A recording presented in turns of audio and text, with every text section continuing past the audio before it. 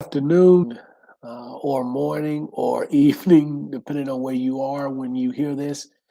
If you're joining us live, I certainly appreciate that. So I'd like to say hello to everyone. This is it's our first podcast of the new year, 2023. So welcome all of you to 2023.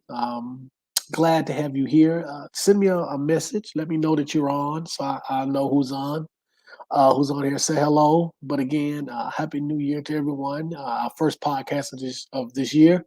I'm Willie Cartwright. Saved to Sane is the podcast where we talk about and discuss issues related to religion, deconversion. Whether you're leaving the faith, you're contemplating leaving the faith, you have questions about religion, and particularly Christianity, you want to find a safe space, or you need a safe space to discuss these issues, or to just be around other like-minded people who have again questioned their faith, or straight out just left their faith altogether.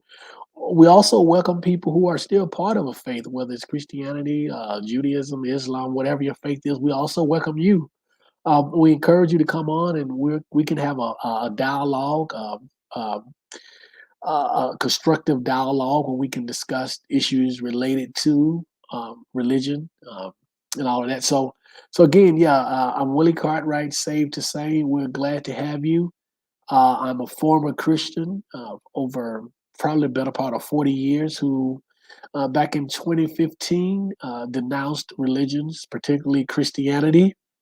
And I have been doing this pretty much ever since. The goal is to, again, create a safe space for people who are thinking about, or who are questioning their religion, questioning their faith, who have left their faith, who may be part of another faith, or just want to engage in dialogue regarding, centered around faith. So that's why we created this space. Also to welcome those of us who have decided to leave religion, and let you know that there are other people who have done that, especially people who are people of color who look like me. We are out there. There are more of us than people think. We're just kind of spread out, and so we're trying to create a space for us to be able to come together and have these conversations. But thank you, OG Geezer. Glad to have you. Appreciate it. Happy New Year to you, Christine. Happy New Year to you. Thank you so much. Great, everyone. Audio is good. Good. I'm glad you guys can hear me. Great. So yeah, so we are glad to have you. I heard that there's a possibility that Taisha will be joining us. I'm not sure, but I heard through the grapevine there's a possibility that she may join us. So if she is able to join us, and she does join us, that'd be awesome. But as every time, every week that we do this, or every other week, I always start off the same way, and that is by saying thank you to a couple of people. First is Taisha. Taisha Essick, wonderful, wonderful person, great sister. She's the one that kind of got me going, got me started here after she saw one of my old videos. She was in the process of leaving the faith herself, and I'm honored to and humbled to say that she said that my video really helped her. So she is partly responsible for putting me on. So thank you, Taisha, if you're out there listening. Always kudos to you. Those of you who know and know Taisha and follow her, she recently had a baby with the last couple of months of last year. So she is busy tending to her baby, her new baby. So awesome, awesome. We wishing her baby, and her special someone well wishes. Hope that everything is going well with you guys out there. And then secondly, I would like to, as I always do, thank my wife, Salima, who is the backbone to what I do. She encourages me. She's 100% in my corner. She supports everything that I'm doing, and she does a lot of the technical stuff, and occasionally gives me ideas to do this. So, absolutely. So, thank those two individuals, Taisha and Salima. Thank you guys so much. So again, thank you for joining us. Hope you guys had a wonderful holiday season, however you celebrate it, whatever it is to you, or if it's just time off or time with family or friends. Awesome, awesome. One last thing. Those of you who are in the metro area, we just had a horrible storm, multiple tornadoes. So those of you who are in the Atlanta metro area who are joining us, who are in the sound of my voice, I hope that you guys are doing well. I hope everything is fine. But we had storms come through, multiple tornadoes, even where I am, which is kind of almost center, where we're actually just east of the city, but we're right on the cutoff line. So the entire metro was under thunderstorm watch, tornado warnings, multiple tornadoes. So hopefully all of you guys out there are doing well. So let's get started today. Today I wanted to talk about the topic is the doctrine of creation. The doctrine of creation. And the reason why I wanted to do that is because, first of all, it's the new year. So it's new beginnings. Let's start. So I wanted to just start from the beginning of this whole Christianity thing. What started it? What prompted? So obviously, the story of creation, the Genesis story, in the very first book of the Bible. We wanted to start there to address that. And we're not gonna. It's not like we're gonna go through, through a whole year going in chronological order. But I did want to start with the creation story or the doctrine of creation, and kind of have some discussion around that. Again, those of you who joined us, please send us some messages. If you have any questions or something that you want to address or something that you want to say, please type it on. Type it in there, and I will definitely mention it as well. So the doctrine of creation, and I kind of wrote this down because I wanted to get to have an official definition. So I said the doctrine of creation is defined as God alone um, is uncreated and eternal, and has formed and given existence to everything else outside of himself. So basically, God, according to the doctrine of creation, God, and this would be because this is the Genesis story, this would be the Abrahamic God. God always existed. This is the premise. God always existed, and everything else came from Him. That He created everything else. We all know, or most of us know, the Genesis story of God creating the world in 6 days and then resting on the seventh day. On the seventh day, and I say I normally I would say all of us know this story, but those of you who know me know that I am in school working on another master's degree, and this one is in religious studies. So I walk the walk. I walk the walk. I walk the walk, and I walk what I'm talking about. But yes, in religious studies, um, and in a class that I will be teaching next year, I'm sort of shadowing one of the professors in this particular class. It is a uh,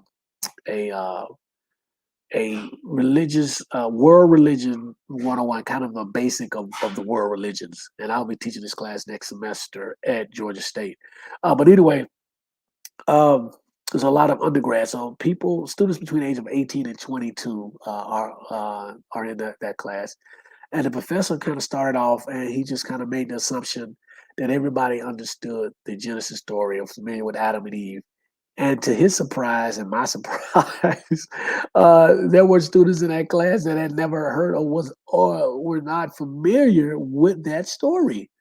And I think that's good and bad. I guess I'm just older, and I just assume because I've always heard the story. Even if you're not a Christian, you've heard the Adam and Eve story is referenced in the secular spaces. Outside of religion is referenced. So the assumption was that everybody knew the story, but everybody didn't know. So when I say we all know, or most of us know, that's where that's coming from. So it's very interesting. We'll get into that later as well as part of this discussion. We know the Genesis story, or at least most of us do. God created the world. Adam and Eve. Oh, excuse me. Adam and Eve is supposed to be the first people, but God created Adam first, and then He took a rib from Adam and created Eve. That is the story. One other thing as well, kid, Gravity Beyond. Thank you for joining. Glad to have you. Absolutely. Um, the same professor also. Well, let me do this. Another reason why I wanted to discuss this was because this came up in the discussion in my classes, and so I thought it would be a great idea to have the discussion. But one of the other students in my class he just came here from Nigeria. He is Catholic, and so we were having this discussion in class about the Genesis story, and he made mention that, yeah, I just have some issue. This is him speaking. He said, I have some issues with the Christians and the Genesis story, and the fact that is not real, it's not literal. And the professor made a comment, and our professor is from Alabama. He's about 50 years old, I think, a former Sunday school teacher, a former true devout believer. He's no longer a believer, but I mean, that's not, he doesn't make that well known, but you can kind of pick up some of his comments. um, and so he says to the student, I don't know why you have a problem with Christians, and because I thought that everybody knew that this story is not to be taken literal, that this was fabricated fiction, this was fairy tale. And he's talking about the Genesis story, Adam and Eve. And so we often we often talk about um, where we are as African Americans when it comes to our faith, and that we are so literal. A lot of us are so literal in our belief system. And I've had people that will argue me down that the creation story is a real story. It is actual history. It is fact that the earth is somewhere around 6 to 10,000 years old. Adam and Eve were the first people, blah, blah, blah, the whole 9 yards. And so here's a professor who is a PhD um, from Emory and Princeton, who just matter of factly just assumed that everyone knew that this is not real. This is not actual history. And I had to tell him, I said, hey, I have a podcast. I'm in the space. I am African American, and I know a lot of people who take this story literally. Like they really believe the Adam and Eve story, that we all came from Adam and Eve, the biblical Adam and Eve, right? So that's another thing. So I said, I've got to do a podcast on this so we can discuss this and see what people who are part of this podcast are thinking about. So chime in with your comments about it. What do you think about it? Do you know people who really take this story literally? At what point did you ever believe that this story? Did you ever believe that Adam and Eve story to be real? Was it a time in your life where you believed that we all descended from Adam and Eve? Um, if so, what made you change your mind? What made you stop believing that the Adam and Eve story was real? The Genesis story, the creation story. So God created the flowers and the grass and all of that. And so one of the things too about the Genesis story that a lot of Christians don't know, or at least ignore, or don't really think about, is that there are actually two Genesis story. There's two creation stories in Genesis. I think Genesis 1 and Genesis 2, and I might be wrong about what the second one is, but there are actually two creation stories. Hopefully, you guys can hear me out there. But there are two creation stories in Genesis, and there are some differences in those stories. And a lot of Christians either don't know that, ignore it, or make excuses for it. So I wanted to talk about that and address that today. Where we are, why is it important? Um, that we discuss the Genesis story and kind of have an understanding of it. Well, the purpose of us doing this podcast is to one of the purposes to bring information to people, but I think the most important thing is for those of us who are on the fence, or who are having questions, or who are debating, or trying to decide whether or not to remain in the faith. I just want you to think critically about some things, and especially the Bible. And today, in particular, think critically about that creation story. Um, and those of us who are already, made the decision to leave religion, it is just a confirmation and a reinforcement of part of why we left, because the stuff just did not make sense. It didn't add up. It didn't line up to science, to facts, to what we know to be. Um, and so, if you're going to make extraordinary claims, you need extraordinary evidence. So, so we just wanted to address that. But yeah, so in the creation story, we know that there are that the biblical creation story is borrowed, and I use that term lightly. It is borrowed from older stories, much older stories. I think the oldest and one of the first creation stories. Samaria, right? Yeah, this is Samaria.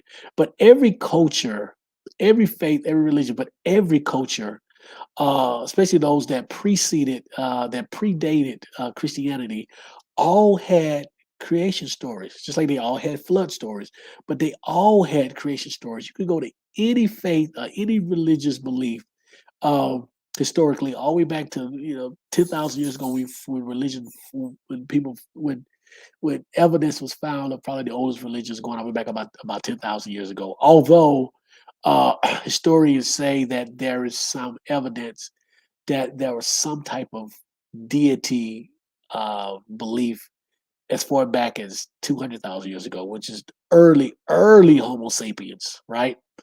Um, but anyway, there's always been some kind of creation story, and that makes sense because it's always questions as to how we got here. That is a normal question that I think all of humanity has at one point or another. That's logical. That makes sense to ask that question. How did we get here? And so these creation stories are all over the place. Uh, every society, every belief system, every continent, every country, every religion has a creation story. And Christianity just borrowed from some of the older creation stories and piecemeal their creation story together. And that's what you have in Genesis. OG Geezer said, I believe wholesome.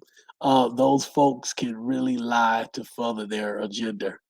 When you said those folks, are you talking about the ones who still believe in the biblical creation story?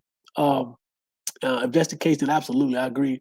And understand this: if they are to admit that the creation story is fabricated, that it's not history, and that it's not real, and that it's fiction, that's like pulling a thread, and you keep pulling, and that unravels all of Christianity. And I think we've had this discussion on this podcast before. When you if you say, well, the creation story is not real, then if the creation story is not real, then Adam and Eve sinning, the first sin, is not real.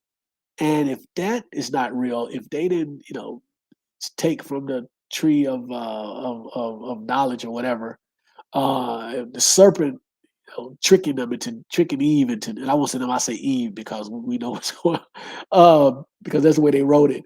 Um, if that's not true, then there was no need for Jesus Christ to come and be crucified and die for our sins, because there would be no sin. And if there was no need for Jesus Christ, then that means that Jesus Christ, the whole resurrection, all that stuff, is not real either. And so now your religion, your faith, a faith of Christianity, is non-existent. There's no reason for it. There's no reason for it for us to have it. So yeah. So that's Christians will acknowledge that some of the other stories are metaphorical, or an analogy, or uh, put there to just teach us a lesson, and not necessarily should be taken literal. But this creation story is hard for them to let go because they understand what that would mean to the rest of their faith and for the rest of their religion. So it's hard for them to say, yeah, this creation story is not real. Um, OG Giza again say, yeah, I am talking about the people who orchestrated religion, and I'm not wholeheartedly. I believe wholeheartedly. I mean wholeheartedly instead of wholesome. Oh, okay, yeah, yeah, absolutely, yeah. You know, I it's a reason why all of the Abrahamic faiths were all in the same region of the world. You borrowed, they took from other religions and faiths around them, other cultures. And so as they orchestrated, as you say, and I think that's a great word, as they orchestrated um, Christianity, and even if you look at the five councils, beginning with the Council of Nicaea in 325, you could see how they orchestrated or created the faith. Those of you who are not familiar, do some research on the councils, beginning with the Council of Nicaea. I think there were probably four or five. Constantine, however you guys pronounce it, want to pronounce it. But look at what each one of those council meetings established. The Trinity was established. God and Jesus being one was established. Jesus' divinity was established, and there's a whole host of other things that were established in these councils. So again, orchestrated. And so, where do you think they got these ideas from? It is not a coincidence that all of these religions have similar creation stories. They have similar resurrection stories. They have similar birthday stories of the deity. They have similar miracle workings, raising of the dead, all that kind of stuff. All of this stuff is it's not a coincidence that a lot of these, almost all of these faiths and religions have the same things going on. And again, like I said, many of these faith and religions are much older than Christianity. So it's not a coincidence that Christianity just came along, and it's, oh, this is what is, that it happened. There are also apologists who would tell you, and I think this is one of the most ludicrous explanations that I've ever heard. But I've actually heard apologists say that that God allowed for these much older religions to have similar characteristics and traits of their faith and of that particular deity, similar to what you found in the Abrahamic faiths, Jesus Christ being God and God or whatever. And I thought that was just ludicrous. What would be the reason for that? Is that the more reason to confuse people? But so I've heard apologists even go that far, because what they can't do is that they can't get around the fact that there are older religions that have very similar stories, creation stories, flood stories, all of it. And so that's something that they can't, because those are historical facts. Now, what they can debate and what we can debate is uh, what particular faith or what particular deity is, what are the traits that are very similar to Jesus? Did Horace share the same birthday as Jesus, or was Horace, one of the others, was their creation similar to the way Jesus was born? And those details, you can debate if given a specific deity. But what you cannot debate is that these traits and characteristics exist in some much older deities and faiths, right? It may not be 20 or 25 like some people have stated, but there's definitely more than a handful that share the same traits of this Jesus deity character and this God character that's part of the Christian faith.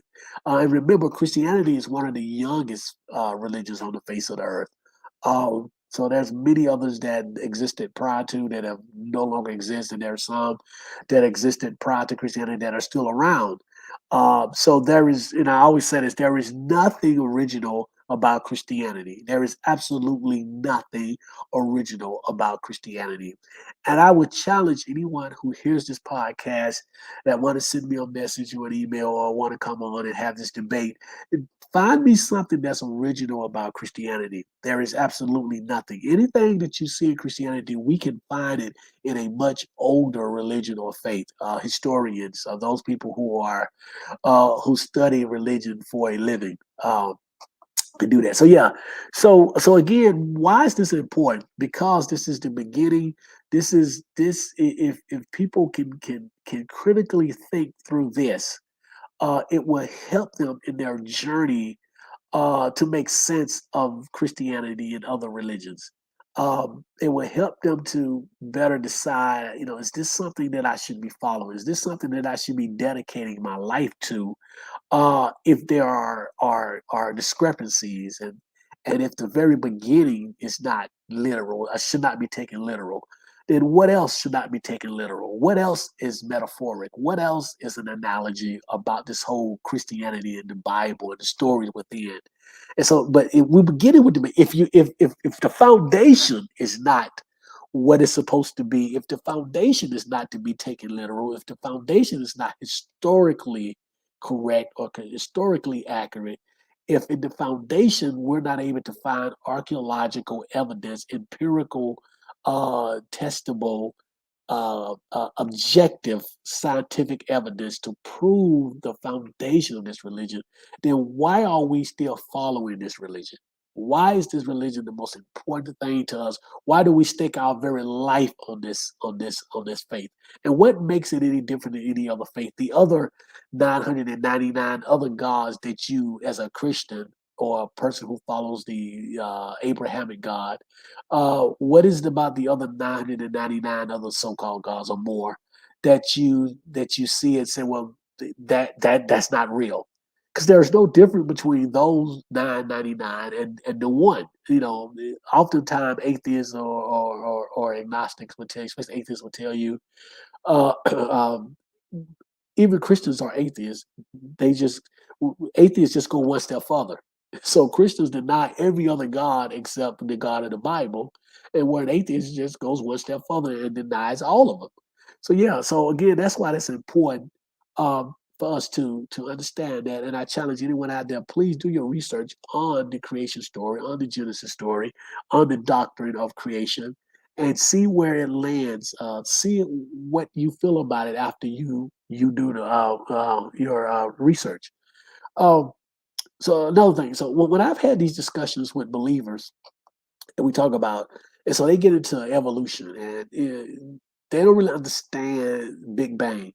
They believe that Big Bang is simply that nothing was there, and then all of a sudden something came. And so their argument from that is that if there was nothing, then something had to create nothing. And so their something is insert God.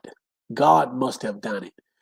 So three things to that I talk about with them is that, first of all, you don't understand Big Bang because Big Bang never says something came from nothing. So right there, you're already wrong. You don't have a clue as to what Big Bang is really talking about. Secondly, let's just say that causation, something had to come from nothing. Well, what created God? And that's when they bend the rules, they bend the natural rules, the natural laws to say, well, God already existed. I said, but wait a minute, but did you just tell me that everything had to have a causation, that everything had to be created by something else? So who created God? Well, God is out of this. God is the one thing that didn't have to be created. Okay, well, can you prove that? And thirdly is, okay, if you insert God as the cause for creation of everything, then can you prove that? Um, which God? If it's your God, can you prove that? And so it's not that, you just don't insert God. We call that God in the gaps. For those things that we can't or we don't have answers for, you insert God or we insert God. That's how we got religion, basically. And so those of us who are on the side and we're arguing with believers about this, let me help you out a little bit. It is all right to say, I don't know how we got here. Now, what I do tell people, when people say, well, what about evolution and Big Bang? I said, listen, what we know right now, evolution, Big Bang, natural selection is the best and most plausible answer for how we got here based on the available evidence. And that is not, and that is scientifically, we're at a point where that is scientifically accepted as the most plausible explanation for our existence throughout the world. Big Bang, evolution, natural selection is not a hypothesis. It is what's taught in school. It is science. It is the acceptable explanation. It is the scientific acceptable explanation, most plausible explanation for our existence based on scientific, testable, objective, corroborated evidence. Now, can you say the same thing about your belief in the creation story and the Bible story of how we got here? Is your answer, being God, is it objectively provable? Is it testable? Is it corroborated? Is it based on historical information is it based on empirical evidence? And the answer to that would be absolutely not. And so until you can do that, then you're just guessing. You're inserting God because you don't have an answer. And for those of you who's arguing this and you're not comfortable with that, it is all right to say, you know what, I don't know. I don't know doesn't mean that the answer is God. I don't know means I don't know. 100 years ago, 200 years ago, 500 years ago, there were things that we didn't know. We didn't know how we got lightning. We didn't know how we got thunder. We didn't know what caused earthquakes. We didn't know what caused tsunamis. All of that. The answer was I don't know. You know, but religious people inserted God. But here we are now, many, many years in the future, and we know that the answer, we know what causes thunder, we know what causes lightning, we know what causes earthquakes, we know what causes tsunamis, and so forth and so on. And it's not God. There are natural reasons why these things happen, these phenomena happen in nature. We know the answer, and the answer has never been and never will be God. The answer is natural nature, something in nature, natural things happen. So yeah, so we got a couple more people. Christine, thank you. Christine said, "Teach, thank you, Christine." I'm just trying to impart information. Appreciate it. I was at Javon R. No one can prove or disprove any God. Every characteristic said about a God is all speculation and wishful thinking. Absolutely. Texas Goddess, what's going on? Happy New Year to you. I appreciate it. Happy New Year to you as well. I'm glad that you joined us. Back to Javon's comment. Absolutely. Uh, so what if you talk to an agnostic, a person that's agnostic, absolutely they will tell you that they don't know one way or the other. That's really the definition of being an agnostic, right? Most atheists would tell you that based on the available evidence, they don't believe in a God or any of the existing gods. And that's a great answer because they're not saying that a not most of them are not saying that a God doesn't exist. What they're saying is based on the available evidence, uh, it's not enough evidence out there for them to believe in a God. So therefore, they choose not to believe in a God, and that word believe. And so, if you make an affirmative statement, if you say that this exists, right? The burden of proof, and this is Law 101, the burden of proof is on you, the person that's making the affirmative statement, to prove that that's what's going on or that's what's real. For example, if I walked into a courtroom, uh, I don't sit there and say I didn't run that light. I don't have to prove that I did run the light. The police officer has to prove that I did run the light. And even if you've ever been to court or have background in law or know some attorneys or even watched enough law show television shows, you understand that if that cop or that police officer is not able to prove that I ran the light or that you ran the light, then the case is dismissed. You don't have to prove that you didn't run the light. So it's the same thing in this situation.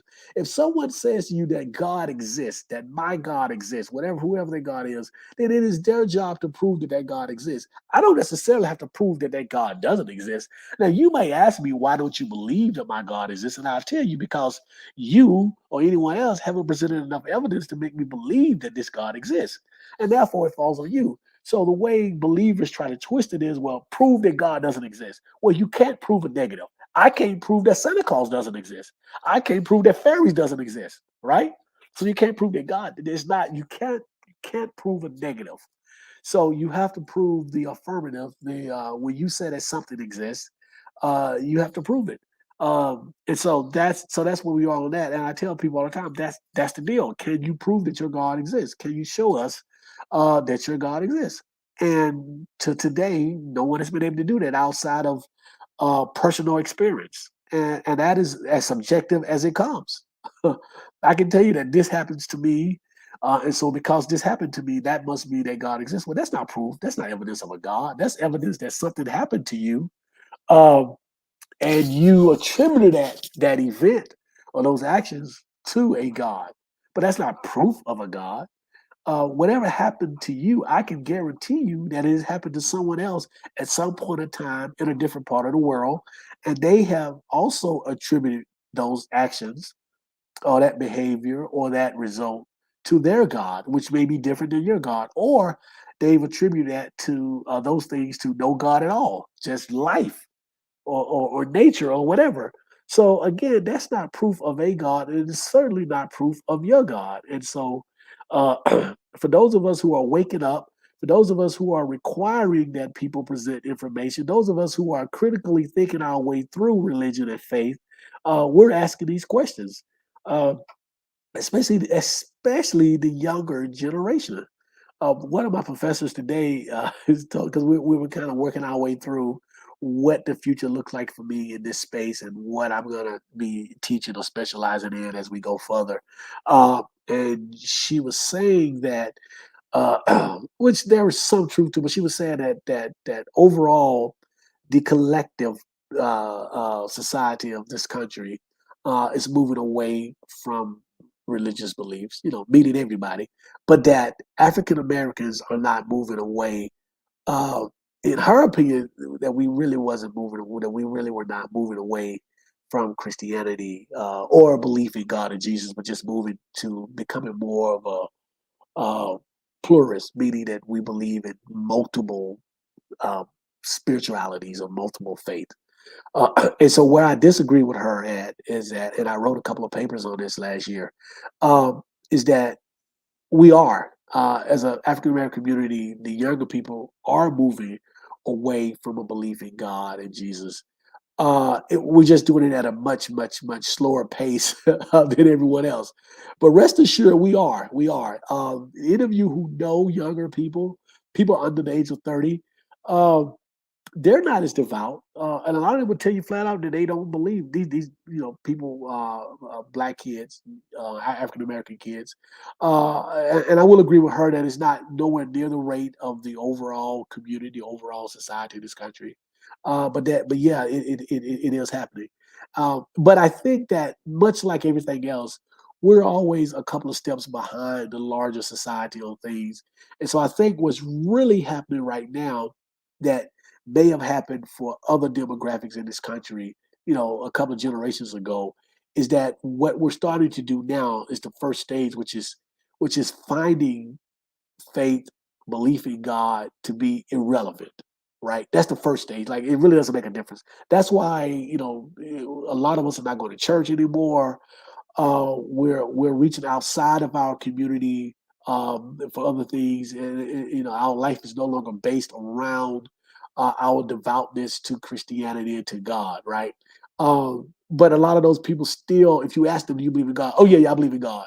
But it's very generic, right? It's very generic. So the first stage for us is that we're finding uh, God in our life to be rather irrelevant, and then the next stage would be, well, okay, if he's irrelevant, then why do I still hold on to these beliefs? But what's within that is the fear of letting go, and that fear can be because you've been indoctrinated so much that there's a realistic fear that you may die and go to hell. There's also a fear of uh, how is this going to look to the rest of my family, especially my older family members, my mother, my grandparents, older uncles and aunts who are very devout. How is that going to look? So now I'm afraid to let them know that I'm no longer a believer or I'm having these thoughts. How is that going to look to the outside? I mean, it's going to look to my community. Those people who look like me but are not, biologically my family, but just the larger community. And so there's multiple fears.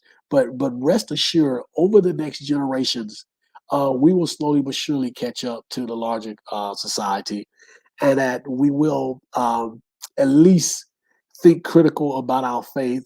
And many of us will start to leave faith and start to leave that belief system that has us believing in this God or any other God. So yeah, so it's coming. Absolutely, it's coming. What else we got going on, guys? Any more questions or comments that we can talk about or address with this issue? Um, yeah, we talked about evolution, um, Big Bang. If you don't understand Big Bang, that's something I would suggest that people go and look up and really understand Big Bang. That Big Bang is not, there was nothing, and then all of a sudden a big explosion and then the universe and the world was here. That's not Big Bang at all. So Big Bang is a lot more elaborate than that. It's a lot more deliberate than that. It's a lot more detailed than that, and it has nothing to do with something coming from nothing. So I think if you can understand that, then that's part of the argument that you can have in your arsenal when you have these discussions with believers, when they're doing a comparison between Christianity and when they're doing a comparison between the creation story and evolution. Also understand that we're constantly evolving, because the next argument that I get regarding creation is, if we were not created and we evolved, why have we stopped evolving? And so I got people who are literally cuss me out and say, I didn't come from a monkey. Well, again, you don't understand evolution. Evolution is not that we came from monkeys. Evolution is that we share the same ancestors as apes and monkeys. We have a shared ancestor, and so we evolved. It's almost like two branches, and we evolved. And so, as human beings, and I'm not a biologist or a scientist that specialize in evolution, that kind of thing, but I do know that we are still evolving. Um, but my wife is a nurse, so that gives me some knowledge, right? uh, but I do know that we're still evolving. Anytime we're able to, I mean, just look at life every day. We develop or we evolve to fight off certain diseases. If you know anything about the flu or influenza, there was a time in the early 1900s where the flu literally killed anybody, almost everybody that came in contact with it. Where our systems bodies evolved to the point where influenza, the flu, is not as deadly as it once was. Now, that don't mean some people still don't die from it, but not to the numbers that were before. That's an example of evolution. Uh, there's, how our bodies handle diseases.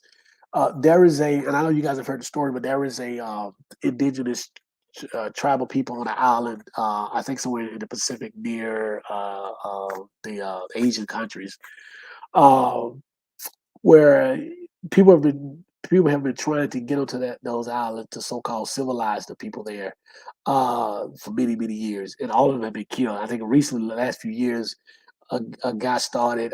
He started to try to get on the island. He was a missionary, right? Christian missionary, and he was killed. Well, the reason why is because whenever those individuals come in contact with other people outside of their indigenous groups, they bring diseases, and those diseases have been known to wipe out these indigenous groups. And that's historical. We know that. The reason why is because those individuals that are indigenous have never come in contact with these people and their diseases. Bodies have not evolved. That part of when they needed their bodies to fight off these diseases that have become otherwise sort of mundane to everyone else, their bodies have not evolved to that point where they're able to fight these diseases off, and so they end up dying.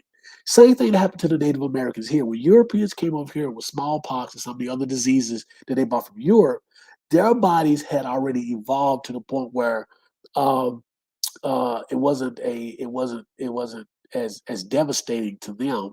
But when it came over to the New World, this country, this land, because it was a country, this land, and the indigenous Native Americans, they had never encountered those type diseases, and so, needless to say, their bodies had not evolved to the point to fight off those diseases.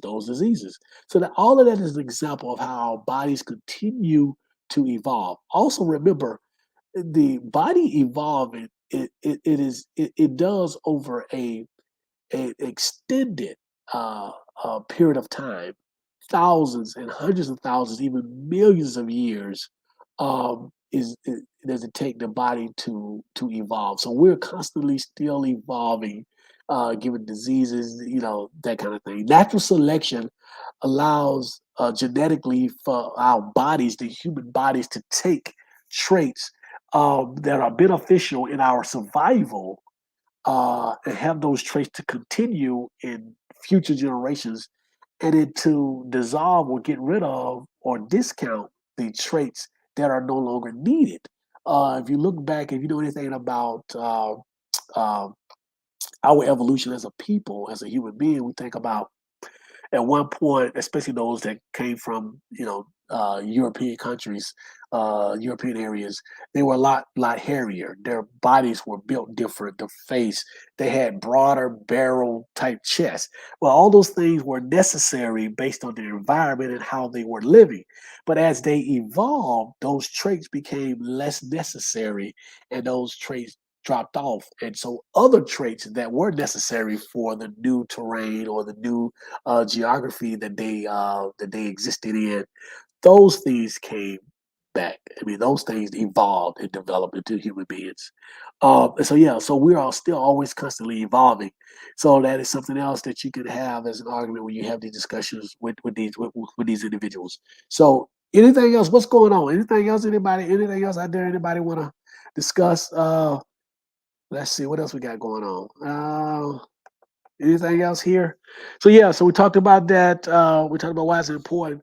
Uh, if you want to read more, there are plenty of books I've read. A multitude of books on this subject, but there's one in particular that I really like. It's called *Sapiens*. I think I may have mentioned that before on one of these podcasts, but it's called *Sapiens*. I don't have it in front of me. It's in my library somewhere. I don't have it in front of me, but it's called *Sapiens*. It was a New York Times bestseller. I cannot remember the guy who wrote it. I think he's Indian or Middle Eastern.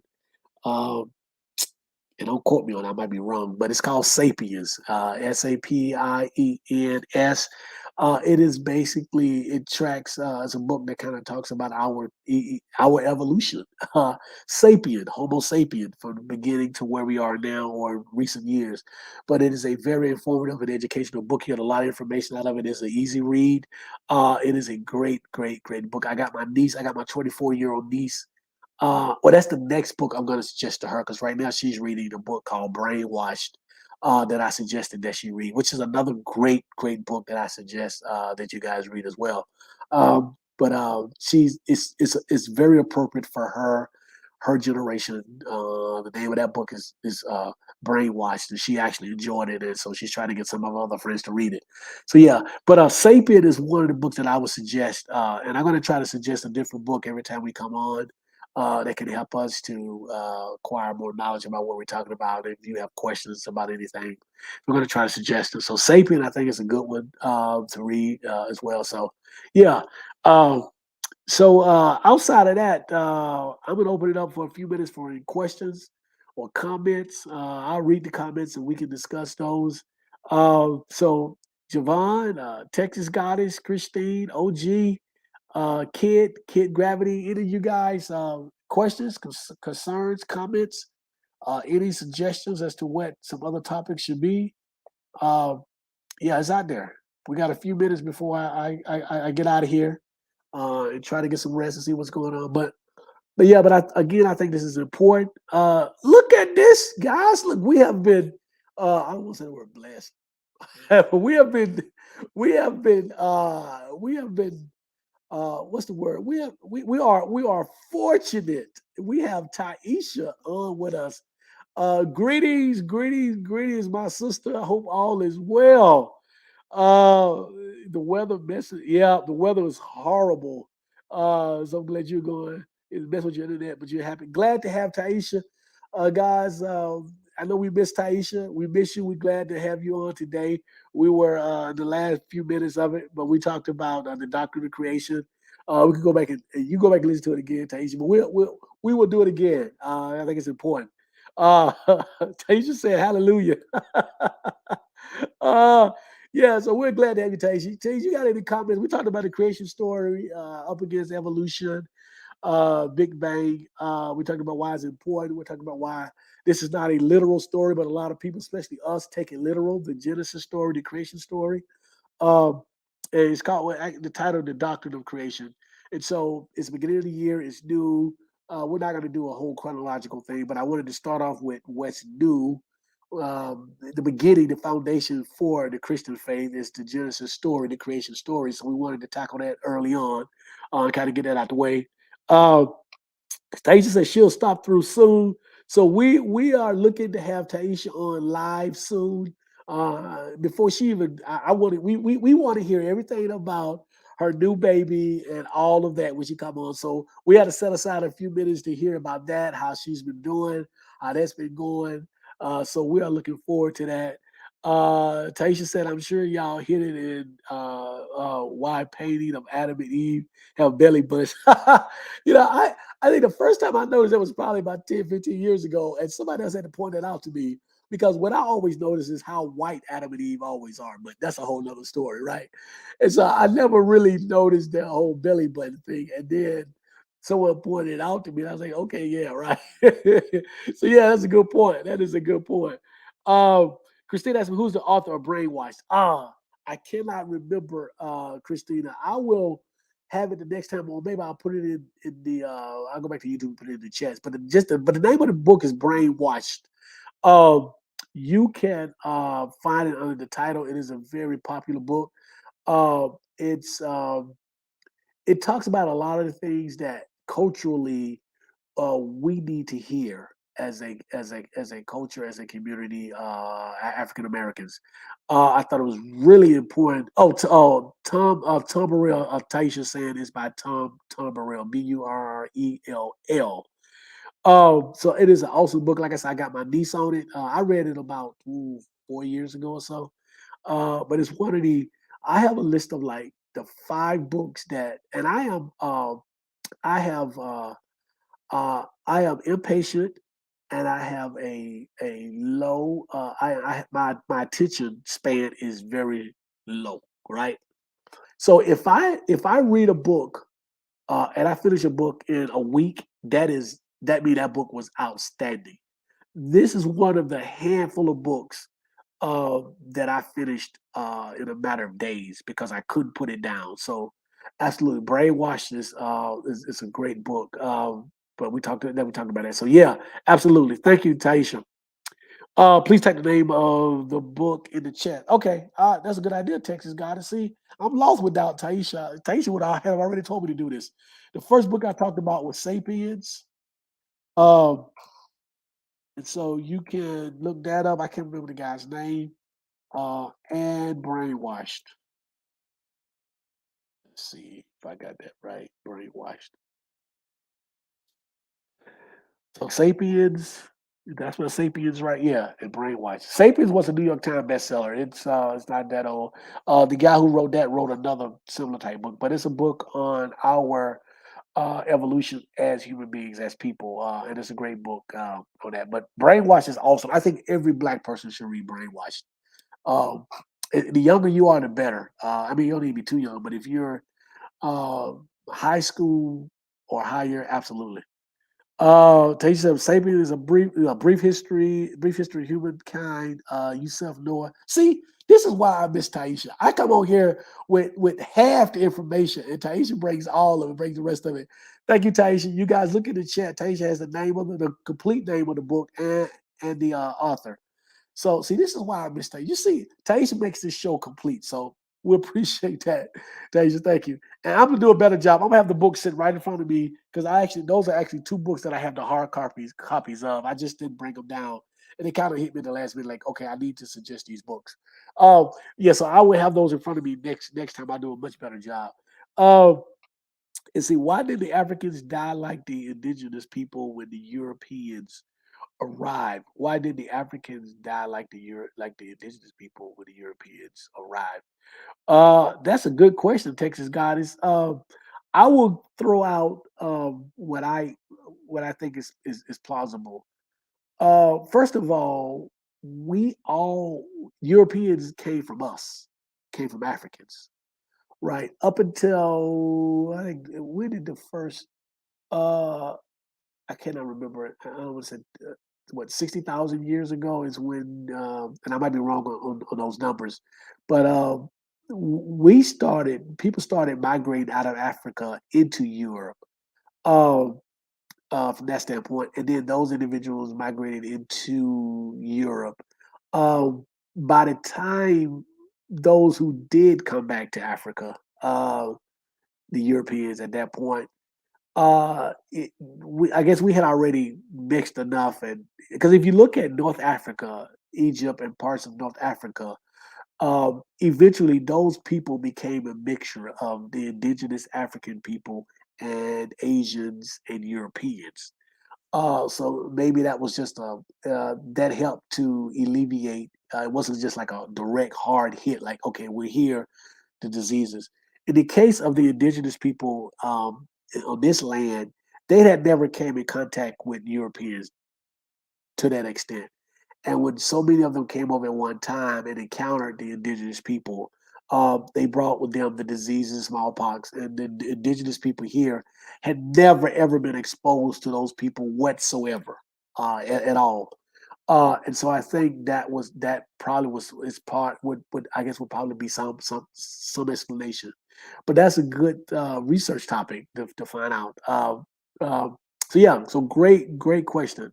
I might do some research on it myself and see if I can have a better answer or if my answer is anywhere near close. But that's just sort of my guesstimation based on all the things I've read and what little I do know about that that particular subject. But yeah, great question. Maybe we were just stronger. We were just stronger. We were just we so it's different. Yeah, yeah, it's I think that's a great question. Anything else? Let's see, Christina. I just put them in my little my little basket. Thanks, Taisha. Congratulations on your new offspring. Yes, Taisha, we can't wait to hear what's going on with that. Yeah, Christine, those are two great books. You will enjoy reading those. But Taisha's gonna come on live eventually. She's going to tell us what she's been doing and what she's working on and what's going on with her and the baby and her special someone, and it'd be awesome. But thank you, Taisha, for coming. Thank all of you. We'll get ready to sign off. I appreciate this is the first one for 2023. I'm going to work to see if we can make this a better show. Maybe we can have some other guests, some live guests. Send me suggestions about topics. I think I wrote down some from last year. We had a couple of people who made some suggestions, but I am very open to suggestions of topics that you guys want to hear about and talk about. Uh, as I matriculate through school, I will be bringing us other topics. I have a really interesting class this semester. It's called religion in the South. So that would be really interesting. So that's I can't wait to get into that, and so maybe bring us some topics from that as well. So yeah, so we're doing good. Neo X, what's happening? Neo X, happy New Year's or whatever we want to call it. Just happy, good to see you for the first time this year. He said, "Dang, sorry I missed the show." That's all right, Neo. You can go back and look at it again. I catch all of your shows late. I'm sorry, I do, but I go back and look at a lot of them. So I'm good. I'm good. But glad to have you. Hope all is well, my friend. Hope all is well. Glad to see you. DOX is another one, just like Tasia, that we need to follow and support. Um, Keep it going because they are important in this space. We appreciate all the work that they're doing. So please support Neo, my sister Neo, and my sister Taisha. Please support them. Uh, Taisha, that's going to be a good subject, a good topic, religion in the South. Yeah, that's the name of the class, religion in the South, and I cannot wait and I'm going to bring all the information to us here. We can have discussions about that. Uh, Maybe try to figure out a cure for why we for what ails us here, especially black people here in the South and religion, the Bible Belt. So yeah, so we're good with that.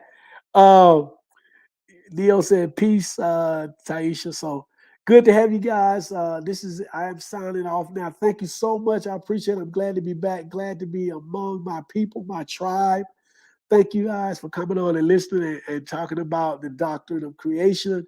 We'll do this topic again later on. Send me some ideas. The Afro Atheist, what's going on? I got to get with you. You have some really good, interesting topics. Also, you were featured on another show. I cannot remember. Afro atheism somewhere that you were going to. Oh, were you featured here with black non-believers with Mandisa? Afro atheism. I think you did a show. I think you did a live with black non-believers here in Atlanta. Uh, yeah, the black non-believers. Yes, yeah, absolutely. Yeah, I gotta go back and look at that. I knew you were on. I gotta notice because I used to be a part. Well, not really part of the group, but I've been to a lot of meetings. I know Mandisa, so I get the notices. But when I saw that you were going to be a guest, I think I was busy that day, but I wanted to catch it, so I got to go back and take a look at it. So hopefully it went well. I think you've already done it, done the show. So hopefully it went well. Um, I'm gonna go back and look at it. The Afro Atheist guys is she has outstanding shows. She brings on really interesting people and she has really interesting content. So please check her out. Subscribe to all these ladies that I mentioned before. Neo X, subscribe to her show. Taisha, please subscribe to her, and Afro Atheist, please subscribe to their shows. Great content. That's what I love about this space. We're coming together. It's growing. We need to be supportive of each other. I definitely support all three of these ladies because they have supported me wholeheartedly. I appreciate it so much. The Afro Atheist. I told you when I chimed in that I loved your new hairstyle, so it was cool. It was good, good. I only mention, I mean, I'm in the business. My wife and I, we own a hair care product line, but that's so she's taught me to notice hairstyles. So that's no reason why I notice. But it looks good on you, so great for that. Somebody else said, Sharon. Oh, what's up, Sharon? How you doing out there in Arizona, right? Good to have you, Sharon. Sharon, you got to go back and watch the show. So we've pretty much finished, but go back and catch it. I'm gonna try to keep this time 6 o'clock every other Thursday, 6 o'clock Eastern time. Sharon is in Arizona, so what's that? Is that 4 o'clock for you, Sharon? Are you you're not Are you Mountain time? You're not Pacific, so you may be Mountain. So what is that? So that'd be 4 o'clock your time, 4 o'clock p.m. So yeah, we're gonna keep this time here. Uh, you ready for school next week, Sharon? Okay, cool. Well, Sharon, we're glad to have you. Glad to have all of you guys. Thank you, thank you, thank you, Sharon and Afro Atheist, Christine, Taisha. We go everybody. Let's see, well, who am I missing? Neo. Absolutely. Christine again. Texas Goddess, thank you so much. Um, let's see, who else did we have that joined us today? Uh, OG. OG was first to come in, so appreciate that. Kid Gravity, glad to have you as well. So look forward in a couple of weeks, in 2 weeks, same time, 6 o'clock p.m. Eastern Standard Time. Join us. We will have a new subject and we will get it going. Thank you so much. Have a great weekend. Dr. King's birthday weekend. Also, my late mother's birthday is the 14th, which I think is Saturday. She would have been 73. So I will be remembering my mother on Saturday, January 14th, which would have been her 73rd birthday. So kudos to her. And she was a devout believer. So if she let her tell me she is in heaven, so I will be remembering her on Saturday. So yeah, so we're good. Sharon said, told me tell your wife. I will tell my wife hello. Absolutely, Sharon. Definitely. So that's it. We're out of here. I'll see you guys in 2 weeks. Do something positive for Dr. King's weekend, birthday, and I will see you in 2 weeks. Thank you so much.